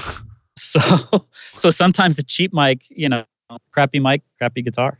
So don't be afraid to do stuff like that. Now, do you sometimes use like a 57 plus another mic where you can use the blending of the microphones to actually get the EQ you want on the guitar? Sure, absolutely. If it's just going to be, a doubled strummy rhythm guitar part, then a nice bright mic, will do that. Anything I can do to avoid an EQ is kind of a good tip also. Anytime you start adding equipment, plugins, that kind of stuff, you're compromising something. You might be making something better, but you're compromising something else. So anytime I can avoid that, I do. Not that I don't use EQs and plugins and stuff. If I need it, I'll go to it. But I try to avoid it as much as I possibly can. Okay. How about piano? What are some great ways to record piano on a session? Piano's tough because there's a million different recording techniques for piano. I typically, again, will go to the large diaphragm condensers, and I kind of stick them right over the hammers, maybe a foot or so above the strings. But we're talking about like a grand piano, right? For this? A grand piano, yeah. The lid will be on the high stick if it's up all the way. And I'll get the one over the low mic kind of as high as I can get it without banging into the lid, and match the two of them. And that's for something where it's going to live in a track, whether it's a pop song or a rock song or a jazz. But if it's living inside of other instruments, that works great. I tend to get enough presence on it and a nice stereo image and that kind of stuff. If it's more of a solo piano piece, then I might put the mics just outside the piano, and I'll aim one kind of at the high strings and then one kind of down, maybe halfway down the piano, aimed more at the low strings. And then I can get a little more air around the piano and feel the space that it's being played in a little bit more. And I don't have to worry about other instruments leaking into it and stuff like that. If you have other instruments in the room, then you got to stick the mics in there, and you may have to cover it with blankets and stuff like that. But now what about recording grand piano and trying to get a stereo sound where you've really got something that works from the low notes to the high notes as a stereo image? What are some of the things that you listen for to know if you need to move the mics? So I'll be listening if I hear it's kind of like a hole in the middle. Like if there's if when the piano player goes from low to high or high to low, there's kind of a dip in the middle in volume, then your mics are probably too wide or too narrow of a pattern on the microphones. In which case you're gonna have to go out and make some adjustments, maybe move them closer together so that you don't have that, if you're missing notes on the piano or sections of the piano, or if one section is, if when he hits the piano, the notes that are right below your microphone, it really jumps out, then you may have to move the mics, move them up or back or find a different spot. Sometimes pianos are, weird little instrument, weird big instruments, they're all different. So it doesn't take that long. Okay. So you're spacing your mics out to try and get the right spacing on them. What about the direction they're pointed at? I mean, are these mics, do they need to be pivoted out kind of like a XY would or like an ORTF and angled away from each other, or are they just straight down? I tend to keep them facing down because you figure my starting position, the mics are probably 3 feet apart inside the piano. So, I mean, you're talking about moving them, 6-8 inches either direction probably. The other thing would be, we can go back to our stereo mic, something like the C24 or the Vanguard mic, and just put them at a 90, 90-degree angle, the mics, 2 cardioids, and stick that right over the middle of the piano, and you'll probably get a really great piano sound. I mean, I've done it with C24s a lot. I never actually tried the Vanguard in the piano, but I'm sure it would be great. And there you have, again, sometimes I'll do that if I'm in a pop song or a rock song, where I think there's a possibility that piano may end up in mono, which is not unusual for me. If I got a lot of guitars and stuff, I may just stick that piano in mono and put it on the left or something like that. Because you have that stereo mic, it's all the phase is going to be perfect. It's going to collapse to mono beautifully. Steve, you've had a lot of opportunity to work with some pretty incredible artists and producers in the studio, one of whom is Burt Bacharach, which is awesome. Tell us a story about, working with Burt. What was it like to work with Burt Bacharach? Burt's fun. Burt might be the reason I actually went back to, when I started working at Capitol, I realized very quickly I did not know how to read a score. And I actually went back to community college and took music theory classes because a Burt Bacharach score is a pain in the ass because he changes time signatures like every 3 bars. So, yeah, Burt's great. I love working with Burt. He's just, the songs are so good, and he's just such a nice guy. And over the years, I've worked with him quite a bit, and he's great. It's good energy. He's just one of those. He's a legend, obviously, and that's always fun. And people like that, I always find, for the most part, kind of the bigger the star, the easier they are to get along with, and they're usually pretty. Yeah, they're usually pretty cool people. They got nothing to prove, but except what they're doing right then. Yeah, that's cool. Steve, you have a great opportunity working in Capitol Studios there in Los Angeles and all around the world, but you also have a great home studio. So tell us more about your home studio. Sure. So the home studio came, I like to say I have a home studio by mistake. It started off with, I can load Pro Tools on my laptop, and look, this is fun, and I can do editing on my laptop, and I can do this at home. And then it was, well, I might as well have a set of speakers up so I can hear what I'm doing. So then I had a desk with speakers on it, and then, oh, hey, can you mix this little acoustic thing? And I was like, yeah, I can do that at home on my little speakers. And it just started growing and getting bigger and bigger. And then there was projects that couldn't afford a place like Capitol to mix, but I still wanted to do the record. And so that's kind of what I use my home studio for. It's for either editing and stuff on projects that I do at the bigger studio, or to mix projects that can't afford to go to a real studio. My home studio is very small. It's not a treated room or anything like that. It's a room in my house. It's a little office.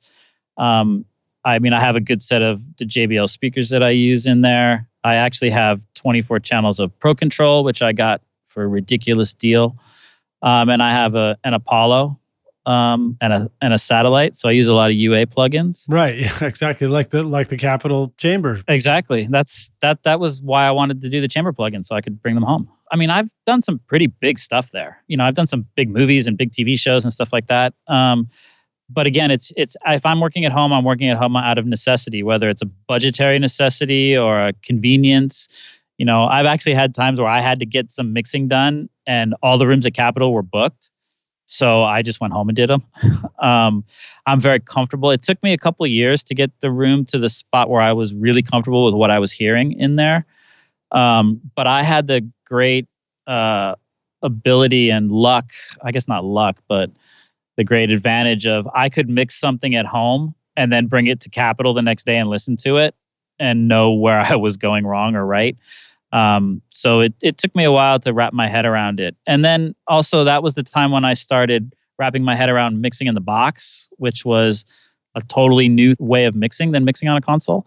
So I kind of did both at the same time, and now I'm very comfortable with it. A lot of times I'll actually choose to mix in the box rather than mixing on a console for a number of different reasons. The main one being usually nobody's around and everybody wants you to be able to recall mixes in a flash now. So mixing in the box is a lot better. Keeping it simple, you always get better results. The speakers I have at home are the same ones I have at Capitol. I have 2 sets of them. So I've been mixing on those.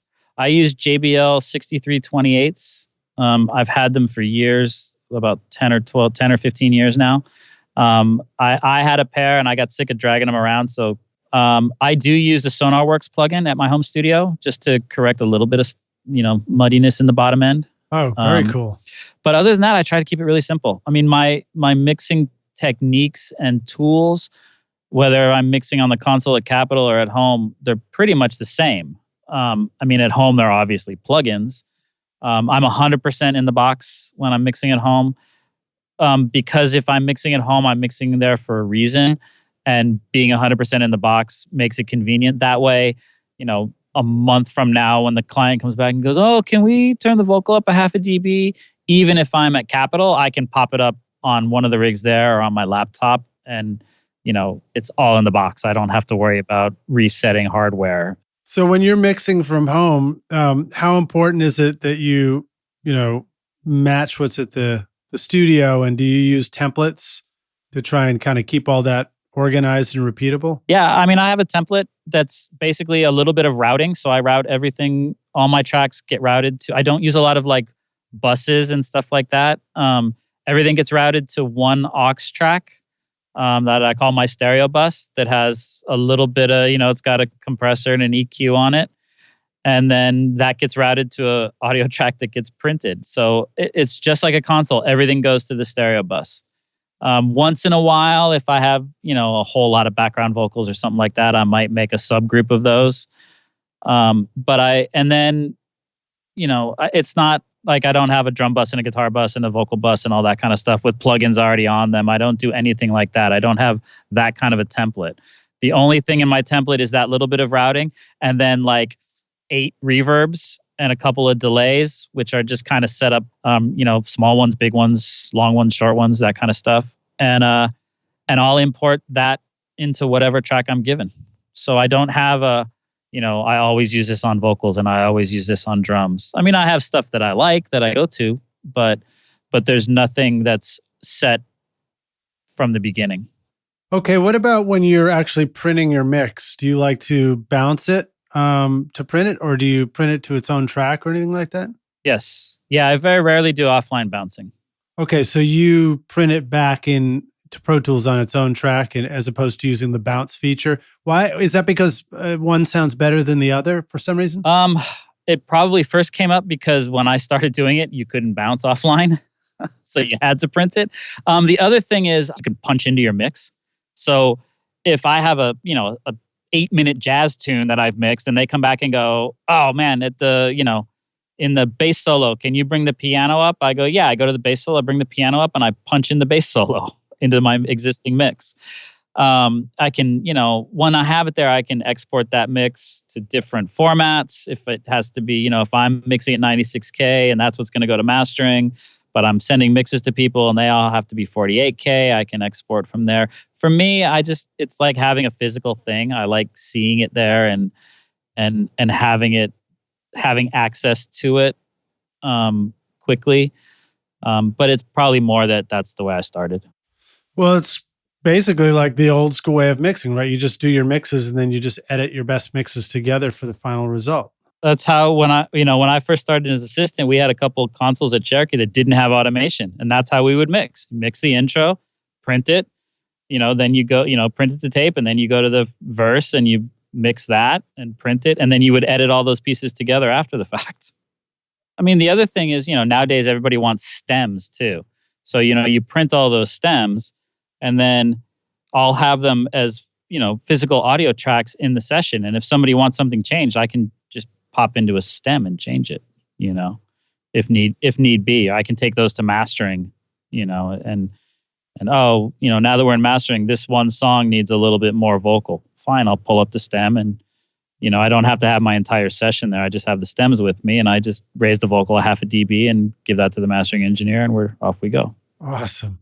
Well, Steve, we're coming up to the end of the podcast here, and I'm going to jump to the final question. This one's hypothetical.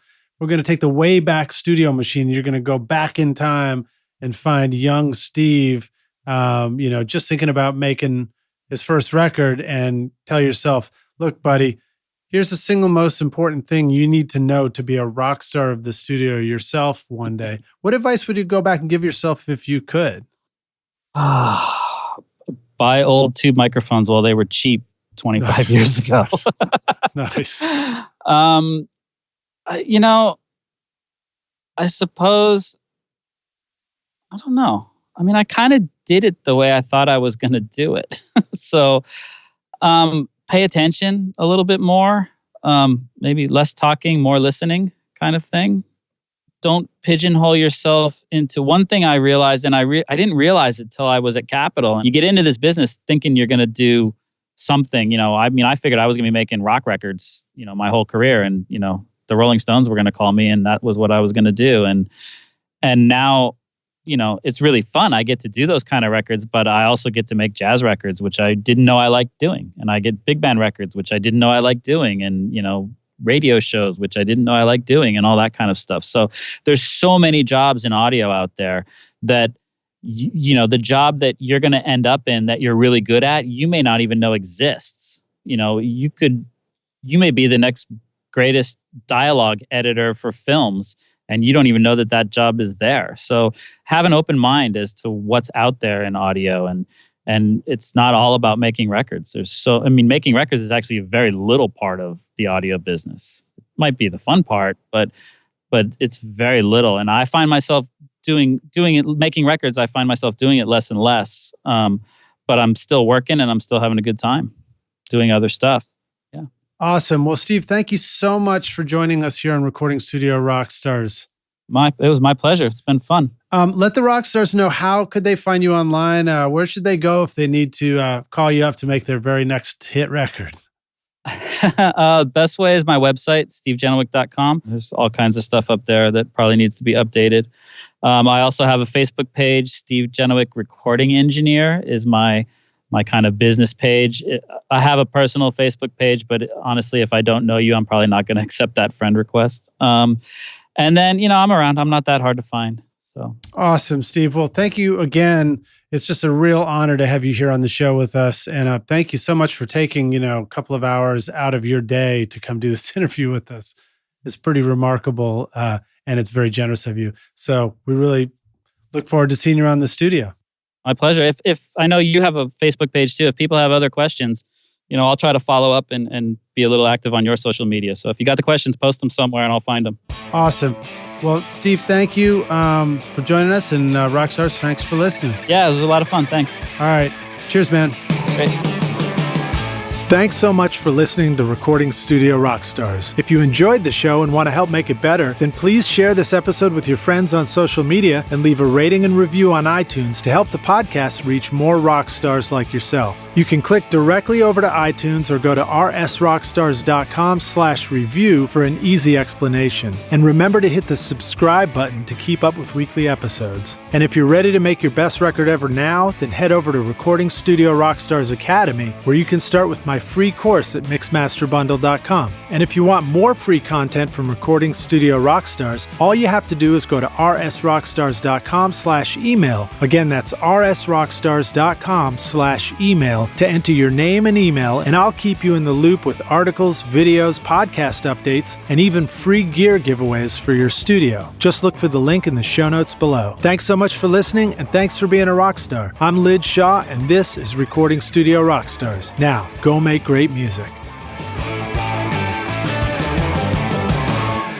Thanks so much for listening to this episode, Rockstars. I also want to give a big thank you to our sponsors who helped make this episode possible: OWC, Whisper Room, Eventide Audio, Spectra 1964, and Roswell Pro Audio. You'll find links to all these wonderful sponsors in our show notes. These are all things that I highly recommend you check out for your studio. They're going to help you make your best record ever. Thanks so much for listening, and we'll see you guys in the next episode. Cheers.